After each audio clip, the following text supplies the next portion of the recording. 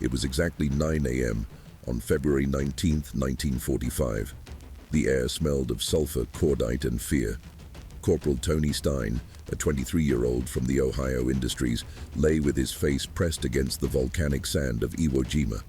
But this was no ordinary sand. It was a thick, shifting black ash that sucked into men's boots and made it impossible to dig trenches for protection. Stein belonged to Company A, 1st Battalion, 28th Marine Regiment. They were part of the first wave to reach the beach, and what they found was not a battle, but a slaughterhouse. Military intelligence had promised a prior naval bombardment that would clear the island. They were wrong. Iwo Jima was not just an island, it was an underground fortress. Japanese General Tadamichi Kuribayashi had transformed that barren piece of rock into a deadly trap with 21 kilometers of interconnected tunnels. There were 17,000 invisible defenders hidden in reinforced concrete bunkers, with mathematically calculated crossfire fields to cover every inch of the beach. Around Stein, chaos reigned. Men screamed for medics, mortars exploded without warning, and the sound of invisible machine guns ripped through the air. The 5th Marine Division had already lost dozens of men in the first few minutes. They were immobilized, trapped on a strip of open land between the sea and enemy defenses, unable to advance without being torn to pieces. The critical problem wasn't the Marines' lack of courage, it was the physics of the equipment. The Marines' standard support weapon, the Browning M1919 machine gun, was legendary for its reliability, but it weighed 14 kilograms, 31 pounds, without ammunition. It required a team of 2 or 3 men to operate, and a tripod to stabilize it. It fired at a respectable rate of 400 rounds per minute, excellent for static defense, but terrible for a rapid attack. Stein watched his comrades die because of this limitation. Machine gun teams would try to advance, stop to set up the tripod, and in those precious seconds of preparation, they would be spotted and eliminated by Japanese snipers. Modern warfare demanded speed, and the standard equipment was an anchor. But Tony Stein wasn't holding a Browning M1919. In his hands, covered in soot and sweat, he held a metallic monstrosity that wasn't listed in any American Army instruction manual. It was an ugly, crude weapon with exposed welds and parts that seemed not to fit together. The drill sergeants had called it a stupid idea and dangerous scrap months before. Stein, a former toolmaker in civilian life, knew something the officers didn't. He knew that to survive that hell, he didn't need to follow regulations.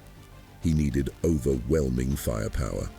While the others prayed or tried to bury themselves in volcanic ash, Stein checked the breech of his invention.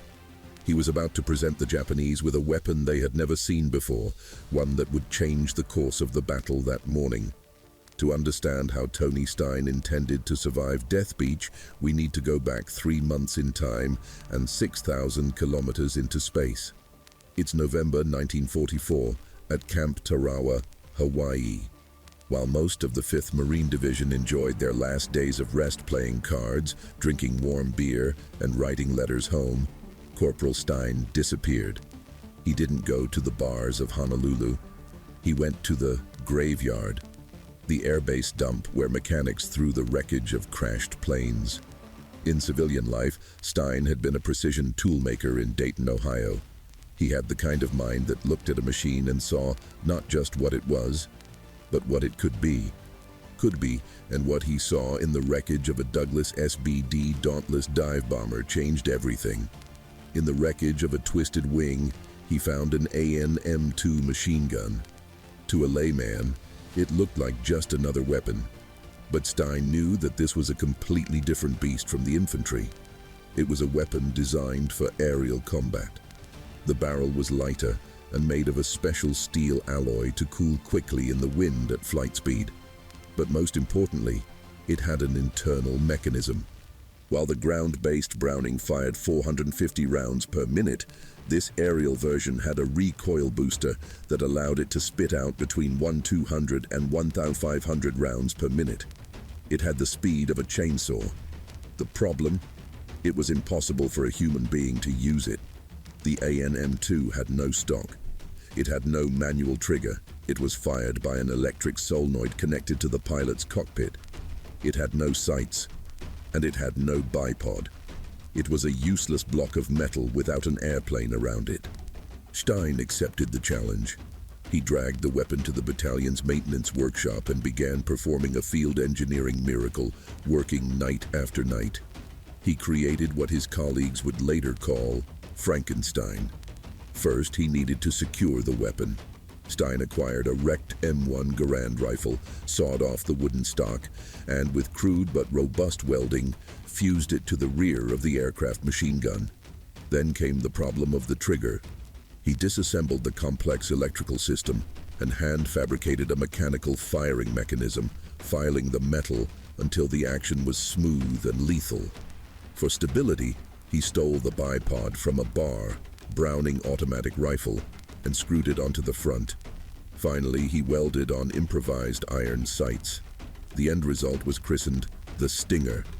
It was a hideous weapon to behold. The welds were visible, the metal was stained with oil, and the stock looked out of place. It weighed almost as much as the standard machine gun, but was shorter, more compact, and infinitely more aggressive.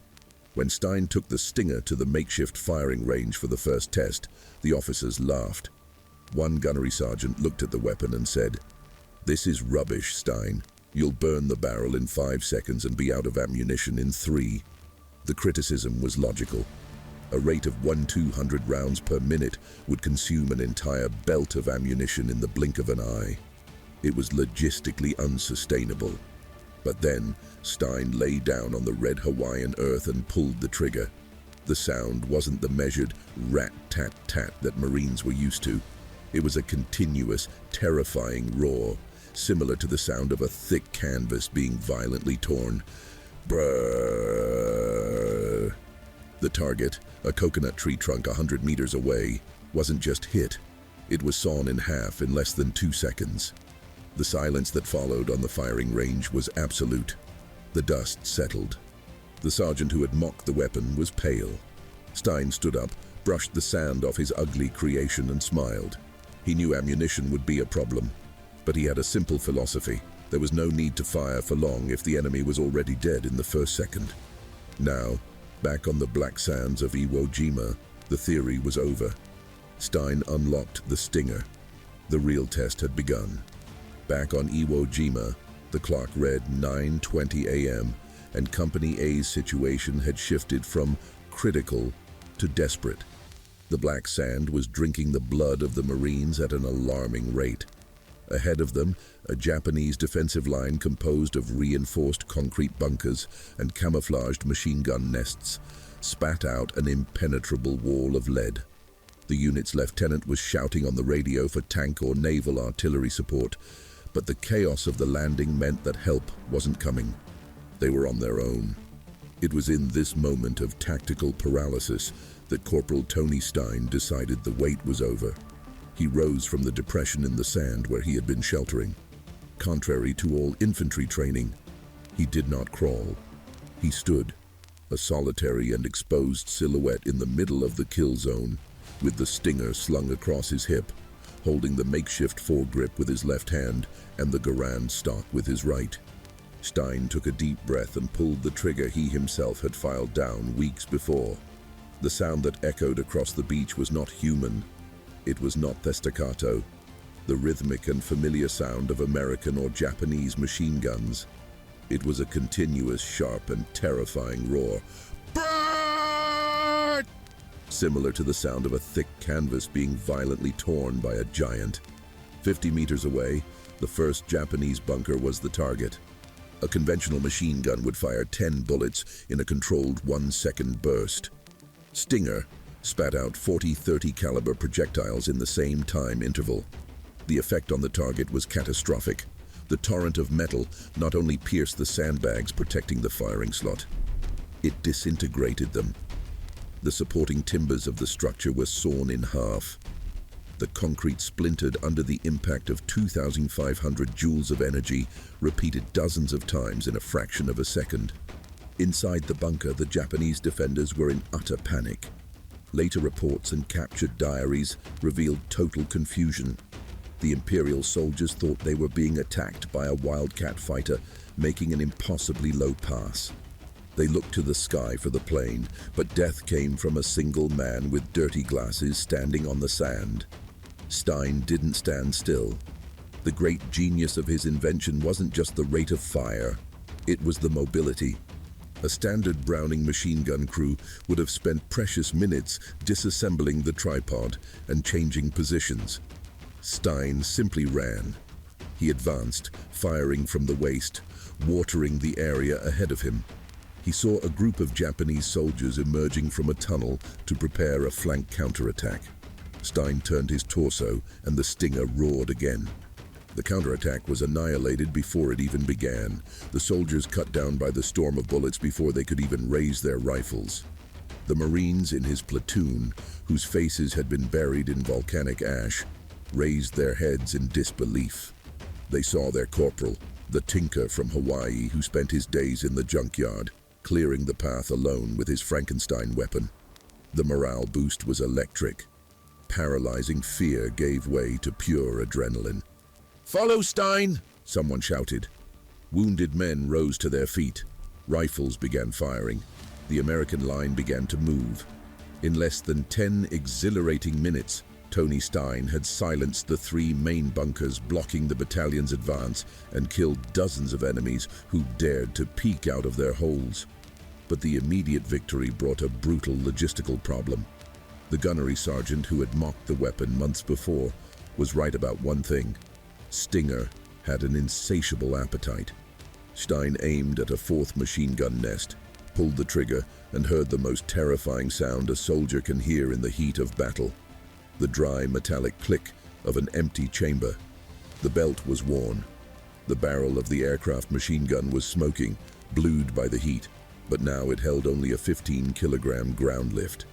He was alone, exposed, far ahead of friendly lines, and completely out of ammunition.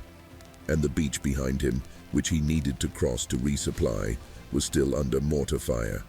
Tony Stein's real ordeal wouldn't be shooting, it would be running. Corporal Tony Stein had a simple choice: stay where he was, with a useless weapon, and wait to be killed, or go back through the death corridor to get ammunition. For Stein, there was no hesitation, but there was a physical obstacle.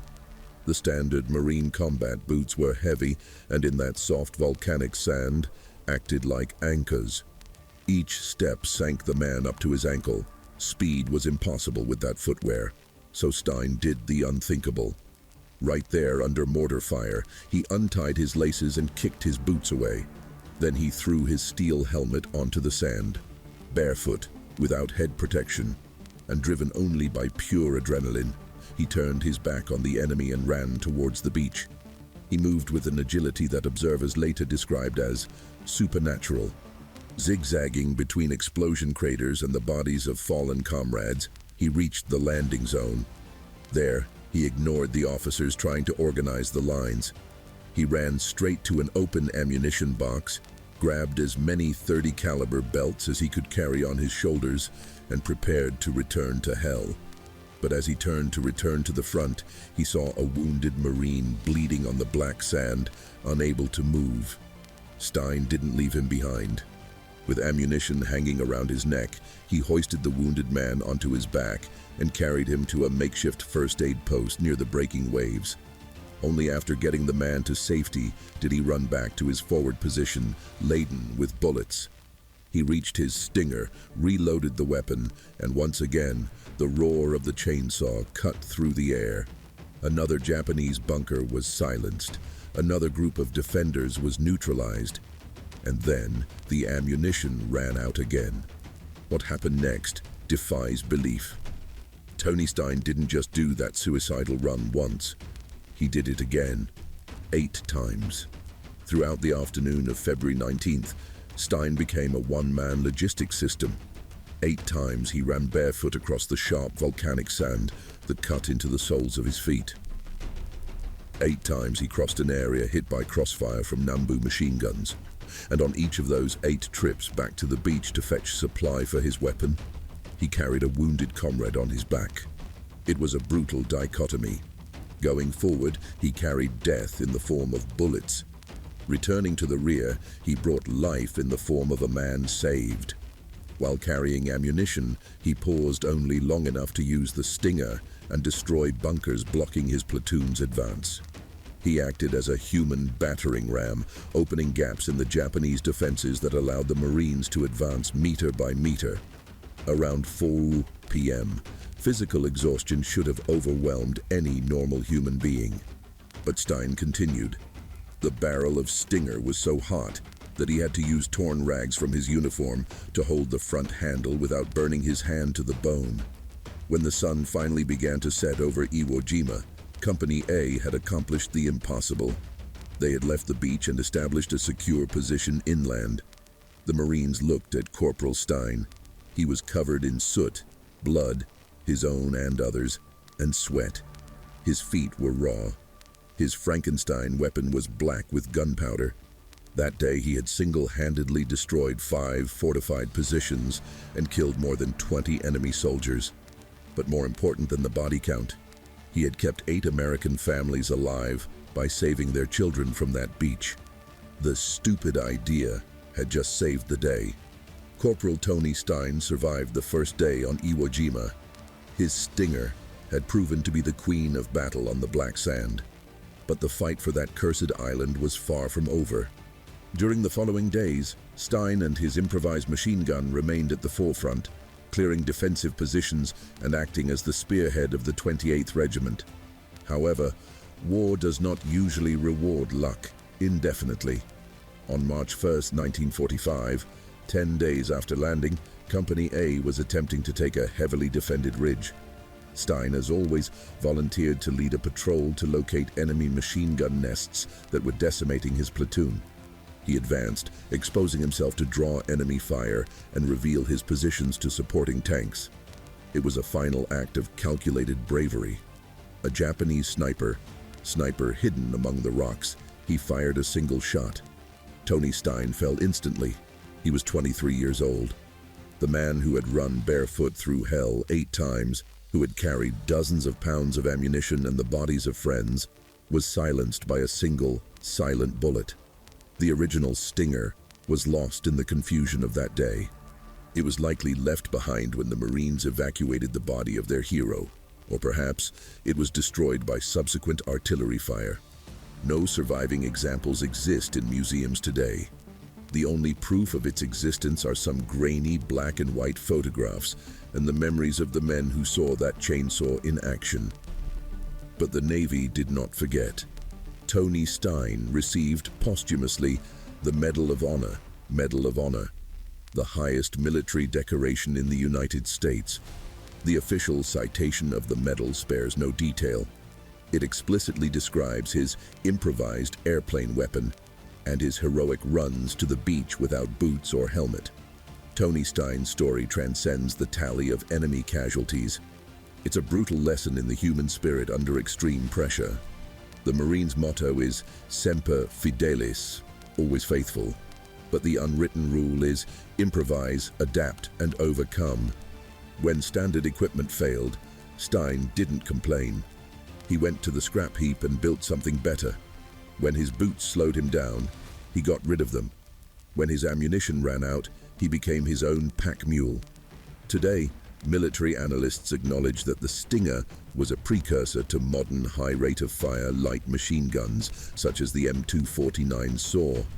Stein was decades ahead of his time, a visionary covered in grease and gunpowder.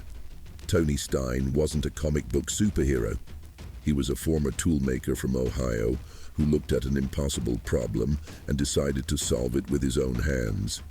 He proved that, in war, the most dangerous weapon isn't the one the government hands you in a wooden box. It's the one your mind can create when the survival of your brothers is at stake. If this story of ingenuity and ultimate sacrifice touched you, do your part. Click the like button. This helps YouTube show this story to more people, ensuring that Tony Stein's name is not forgotten. Subscribe to the channel and turn on notifications. We are rescuing the true story of World War II, one hero at a time. Thank you for watching, and until the next mission,